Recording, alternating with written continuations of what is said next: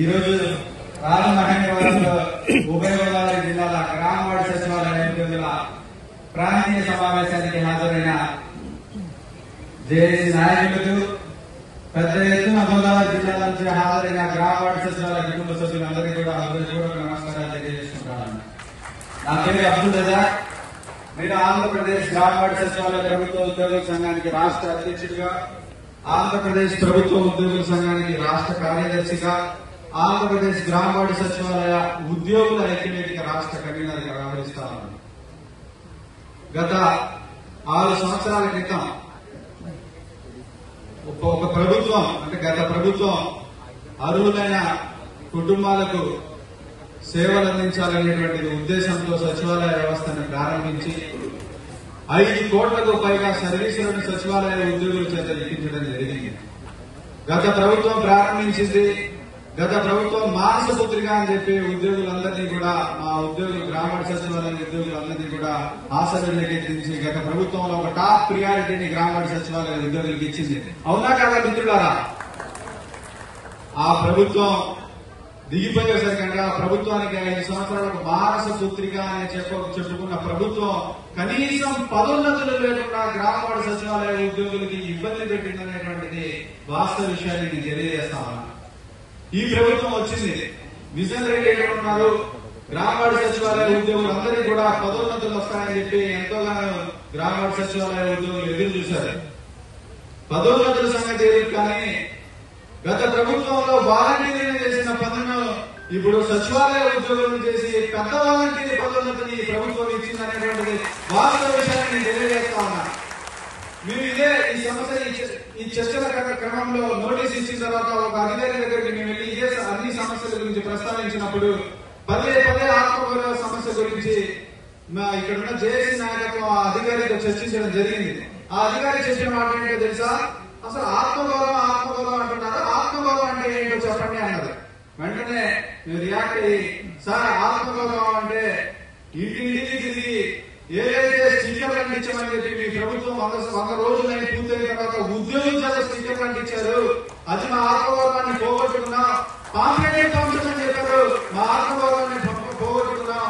అదేవిధంగా toilet maintenance ఫోటోలో భాగంగా అప్పటి వరకు టీచర్లు ఏదైతే ఫోటోలు తీశారో అది మా సచివాలయ ఉద్యోగులకి మీరు అప్పచెప్పారు, మా ఆత్మగౌరవం పోయింది సార్. అంతేకాకుండా దిగజాల్సిన మరి ఏమి మాట్లాడకుండా రేషన్ కూడా ఇంటింటికి పంచమని చెప్పి మీ అధికారులు ఆదేశాలు ఇచ్చారు, అది మా ఆత్మగౌరవం సార్. అక్కడ మా ఆత్మగౌరవం దెబ్బతిన్నది. ఇంటింటికి శరీర గడితో ప్రతి నెలకి కూడా 10-15 సార్లు ప్రతి ఇంటికి తిప్పుతున్నారు సార్. ఇక్కడ మా ఆత్మగౌరవం దెబ్బతిన్నది. గత ప్రభుత్వంలో మీరు వాలంటీర్ల పేరుతో విధులు నిర్వహించిన మొత్తం కూడా జాబ్ చార్ట్ లో లేని విధులు సచివాలయ ఉద్యోగులు కేటాయించారు సార్. ఇది మా ఆత్మగౌరవం దెబ్బతింది సార్. ఈ ఆత్మగౌరవాన్ని కాపాడాల్సిన బాధ్యత ఈ రాష్ట్ర ప్రభుత్వానికి ఉందని చెప్పి అక్కడ హాజరైన అధికారులకు తెలియజేశాం. వాస్తవం మిత్రులకు నేను చెప్తుంది మీ అందరికీ తెలుసో లేదో, మళ్ళీ నేను ఏం చేస్తున్నా, గత విషయాలు ఉత్తరాంధ్ర మీటింగ్ లో కూడా మాట్లాడాను, మళ్ళీ మాట్లాడుతున్నాను. ఈ ప్రభుత్వం, ఈ కూటమి ప్రభుత్వం అధికారంలోకి రావడం కోసం ఉద్యోగులకు సంబంధించిన అంశాల్లో మొదటి అంశం ఏం పెట్టిందో తెలుసా మీ అందరూ కూడా? మొదటి అంశం ఆర్థికేతర అంశం, అంటే డబ్బుతో ఖర్చుతో కూడుకునేటువంటి అంశం పెట్టింది. గత ఏం పెట్టిందంటే మొదటి పాయింట్, మా కూటమి ప్రభుత్వం అధికారంలోకి వచ్చిన తరువాత ఉద్యోగుల ఉపాధ్యాయుల యొక్క గౌరవాన్ని పునఃప్రతిష్ఠ చేస్తామనేటువంటిది ఈ కూటమి ప్రభుత్వం హామీ ఇచ్చింది. ఆ హామీని నిలబెట్టుకోవడం ఈ కూటమి ప్రభుత్వం విఫలమైనటువంటి వాస్తవ విషయాన్ని తెలియజేస్తా ఉన్నా.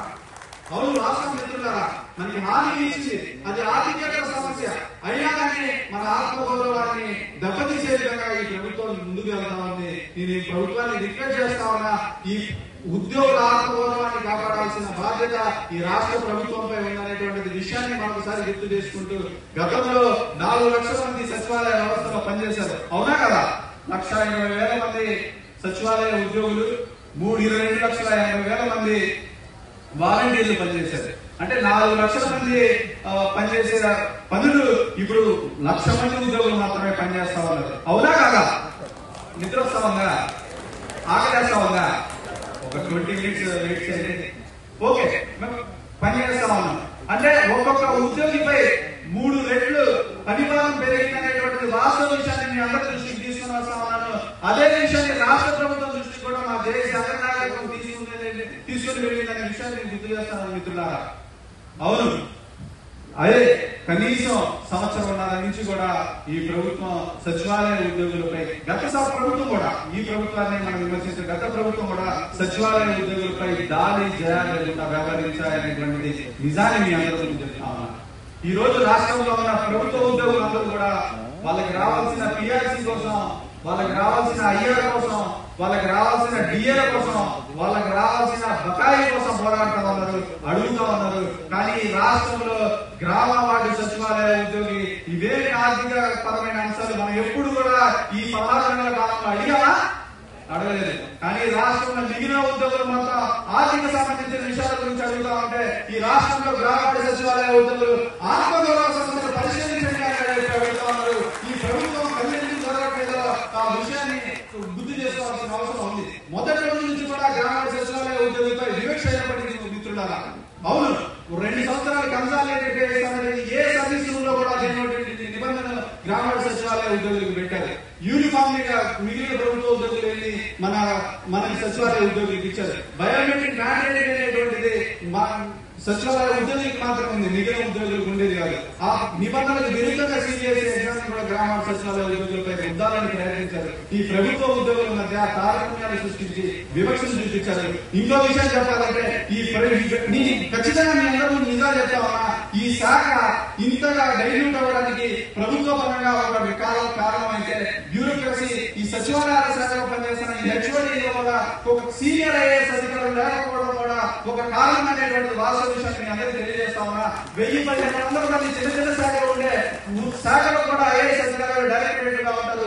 1,20,000 మంది ఎఫెక్టివ్ వర్క్ ఉన్న సచివాలయ ఉద్యోగుల శాఖకి డైరెక్టరేట్ లో ఒక్క ఐఏఎస్ అధికారి కూడా లేనటువంటి వాస్తవ విషయాన్ని ఇద్దరు దృష్టికి తీసుకువస్తున్నాను మిత్రులారా. వాస్తవం చెప్తా ఉన్నా, గత 6 సంవత్సరాల నుంచి కూడా మనం వివక్షకి గురవుతానే ఉన్నాం.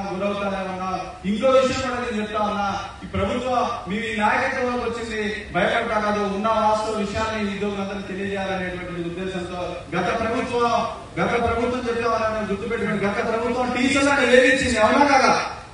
గత ప్రభుత్వం అనేక పనుల మీద టీచర్లను వేధించింది. ఈ ప్రభుత్వం గ్రామ వార్డు సచివాలయ ఉద్యోగులను వేధిస్తా ఉంది.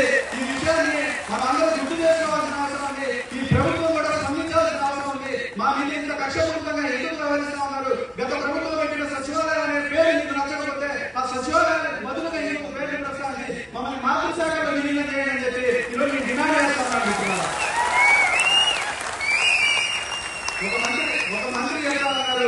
ఒక మంత్రి గౌరవ మంత్రి గారు చెప్తా ఉన్నారు, ఈ జేఏసీలు సచివాలయ ఉద్యోగులు జేఏసీ ఒక శక్తి వెనకుండి నడిపిస్తా ఉందనేటువంటిది చెప్తా ఉన్నారు. చూసారా చూడలేదా మీరు? ఎస్, గౌరవ మంత్రి గారికి రాష్ట్ర ప్రభుత్వాన్ని కూడా నేను తెలియజేస్తా ఉన్నాను. ఎస్, మా వెనక ఒక శక్తి ఉండి నడిపిస్తా ఉంది. అదే మా గ్రామ సచివాలయ ఉద్యోగ శక్తి అనేది రాష్ట్ర విషయాన్ని తెలియజేస్తా ఉన్నా. ఈ ప్రభుత్వం కూడా స్పందించాల్సిన అవసరం ఉంది. ఈ నిరసన కార్యక్రమంలో భాగంగా ఈ గత వారం రోజుల నుంచి అధికారులు అనేక చోట్ల కూడా అత్యుత్సాహం ప్రదర్శిస్తా ఉన్నారు. మా డైరెక్టరేట్ ముందుగానే మీరు సమాచారం ఇచ్చాం, వాట్సాప్ గ్రూప్ నుంచి లెఫ్ట్ అవుతామని చెప్పి. కానీ మీరు స్పందన లేని పక్షం కూడా మీ వాట్సాప్ గ్రూప్ నుంచి లెఫ్ట్ అయ్యారు, అవునా కదా? ప్రభుత్వం నుంచి స్పందన లేదు కాబట్టి మన వాట్సాప్ గ్రూప్ నుంచి లెఫ్ట్ అయ్యాం. కానీ ప్రభుత్వం స్పందించలేదు, మీ వాట్సాప్ గ్రూప్ నుంచి లెఫ్ట్ అయ్యాం. మా ఉద్యోగులు మీరు ఇబ్బందులు పెడతా ఉన్నారు, మా ఉద్యోగులు షోకాసుల మెంబర్ల పేరుట ఇబ్బందులు గురిచేస్తా ఉన్నారు. మీరు ఇక్కడ ఆ అత్యుత్సాహం ప్రదర్శించే అధికారాన్ని ఇక్కడ నుంచి హెచ్చరిస్తా ఉన్నా. మీరు కనుక మా ఉద్యోగులకు మీకు చేతనైతే మా సమస్యలు పరిష్కరించండి అని చెప్పి మీ ఉన్నతాధికారులకు నివేదించని తప్ప మా ఉద్యోగుల మీద కనుక షోకాసుల మెంబర్లు సస్పెన్షన్ల పేరు వేధిస్తే అదే కార్యాలయాల్లో మేము నిరసన కార్యక్రమాలు ధర్నాలు చేపడతామని చెప్పి అత్యుత్సాహం ప్రదర్శించిన అధికారులు తెలియజేస్తా ఉన్నాం. ఈ 6 సంవత్సరాల నుంచి ఏ రోజు కూడా బయటకు రాని సచివాలయ ఉద్యోగులు ఈ రోజు బయటకు వచ్చారంటే ప్రభుత్వం కూడా స్పందించాల్సిన అవసరం ఉంది. నేను ప్రభుత్వాన్ని వేడుకుంటా ఉన్నా.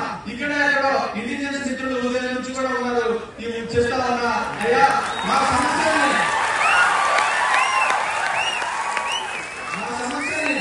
ప్రభుత్వం దృష్టికి తీసుకున్నాను. దయచేసి 1,20,000 మంది ఉద్యోగుల తరఫున ఇక్కడ ఉన్న రాష్ట్ర నాయకత్వం తరఫున నేను పాదవేదన చేసి అడుగుతా ఉన్నా, అయ్యా మా సమస్యని గౌరవ ముఖ్యమంత్రి గారి దృష్టికి తీసుకువెళ్ళండి, రాష్ట్ర ప్రభుత్వం దృష్టికి తీసుకువెళ్ళండి. ముఖ్యంగా మేము అడుగుతున్నది ఏం లేదు, ఈ సర్వేల పేరు అంటే మా జాబ్ చార్ట్ లో లేనటువంటి నిబంధనలు తీసుకొచ్చి మాకు ఉపశమనం కల్పించండి. ఈ సర్వేల పేరిట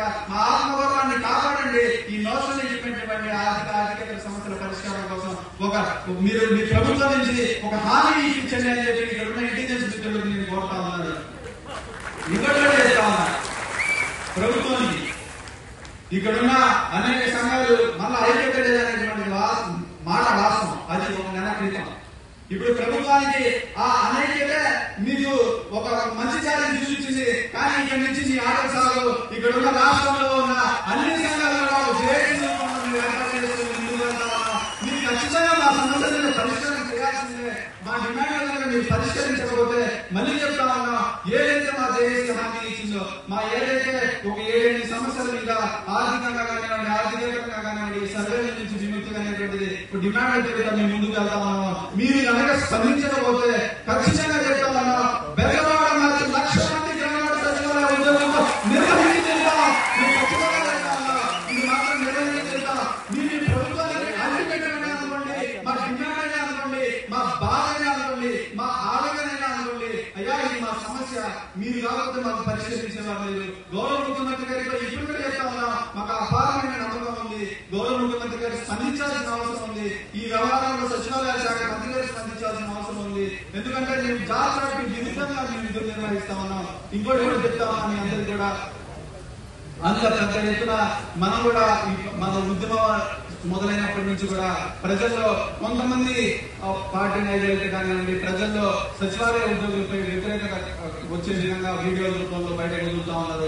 మనం కూడా నేనేం చెప్తా ఉన్నానంటే, ప్రజలు కూడా నేను అప్పీల్ చేస్తా ఉన్నా, ఇక్కడున్న వీడియో చూస్తున్న మిత్రులు కూడా గ్రూపులు షేర్ చేయండి. అప్పీల్ చేస్తా ఉన్నా, అయ్యా మేం చెప్తా ఉన్నాం అంటే మీకు దాదాపు 500 కోట్లకు పైగా సర్వీసులను ఆ 6 సంవత్సరాలు అందించాం. అనేక సేవల్ని కూడా మేము మీకు అందించాం. ఇప్పుడు మా న్యాయపరమైన డిమాండ్స్ సాధన కోసం మీ ప్రభుత్వంతో అడిగి సమస్యలు న్యాయపరమైన కోరికలను పరిష్కరించమని మాత్రమే మీ ప్రభుత్వాన్ని అడుగుతా ఉన్నాం. మేము మీ ప్రజలకి మేము వ్యతిరేకం కాదు, మీ ప్రజలు కూడా మాకు సహకరించాల్సిన అవసరం ఉందనేటువంటిది ఈ పరంగా, ఈ వేదిక పరంగా రాష్ట్రంలో ఉన్న ప్రజలందరికీ కూడా నేను విజ్ఞప్తి చేస్తూ, చివరిగా నేను చెప్పాల్సింది ఏంటంటే, రాజమహేంద్రవరం ప్రేమ ఆప్యాయతలు పుట్టినిల్లు. ఇంకొకటి, ఇక్కడ ఈ ఉభయ గోదావరి జిల్లాలో ఏ పార్టీ ఈ లీడింగ్ లో ఉంటే రాష్ట్రంలో కూడా అదే పార్టీ లీడింగ్ లో ఉంటుందనేటువంటి చరిత్ర. ఉద్యోగులు ఇంత పెద్ద ఎత్తున హాజరు, నిజంగా చాలా ఆనందం వేసింది. ఇంతమంది పెద్ద ఉద్యోగులతో ఈ సమావేశం ఏర్పాటు చేశారు. ఇక్కడ ఉన్న రాజమండ్రి జేఏసీ కానివ్వండి, ముఖ్యంగా మా సెక్రటరీ జనరల్ విపత్యానంగా కానివ్వండి, అందరూ సహకరించారు. మీ ఆప్యాయత, మీ అభిమానం, మీ యొక్క మద్దతు ఏపీడబ్ల్యూఎస్ జేఏసీ ఖచ్చితంగా ఉండాలని చెప్పి విజ్ఞప్తి చేసుకుంటూ, మాది జాయింట్ యాక్షన్ కమిటీతో పాటు జాయింట్ ఆలోచన కమిటీ అనేటువంటిది కూడా మీ అందరికీ తెలియజేస్తాం. మేము ఆలోచనగా వెళ్ళేస్తున్నాం కాదు, ఒకరిని విమర్శించాలనేటువంటి ఉద్దేశం కూడా మాది కాదు. ఆలోచనతో ముందుకెళ్తా ఉన్నా, ప్రభుత్వంతో ఏ విధంగా నెగోషియేషన్స్ వెళ్ళి మా ఉద్యోగుల సమస్యలు పరిష్కరించాలనేటువంటిది నిరంతరం మేము అదే విధంగా మేము మధ్యనాయకత్వం పనిచేస్తా ఉన్నాం. మీకు తెలుసో తెలీదు, ఈ నిరసన కార్యక్రమాలకు స్ట్రైకింగ్ ఇచ్చిన దగ్గర నుంచి ఖచ్చితంగా 1.5-2 గంటలు అవుతుంది మేము నిద్రపోయేసేసి. మీ ముగ్గురు కూడా కాల్స్ మాట్లాడుకుని ఏం చేద్దాం, ఎలా చేద్దాం, ఖచ్చితంగా డైలీ 6 to 7 hours మేము కాల్స్లో గడుపుతా ఉన్నాం. ఇది మా వ్యక్తిగత సమయాన్ని కూడా వెచ్చించింది. మీ అందరూ కూడా మా మద్దతుకి నిలబడాల్సిన అవసరం ఉంది. ఖచ్చితంగా మీ సమస్యలు సాధించేంత వరకు కూడా ఏపీడబ్ల్యూఎస్ జేఏసీ నిలబడుతుందని చెప్పి మీ అందరికీ తెలియజేస్తూ, నాకు ఈ అవకాశం ఇచ్చిన రాజమండ్రి నగరవాసులందరికీ, రాజమండ్రి సచివాలయ ఉద్యోగులందరికీ, ఉభయ గోదావరి సచివాలయ ఉద్యోగులందరికీ కూడా నా ఉద్యోగుల కృతజ్ఞతలు తెలియజేస్తున్నాను. ఒకసారి సచివాలయ ఉద్యోగుల ఐక్యత, సచివాలయ ఉద్యోగుల ఐక్యత, సచివాలయ ఉద్యోగుల ఐక్యత. Thank you so much sir. ఈరోజు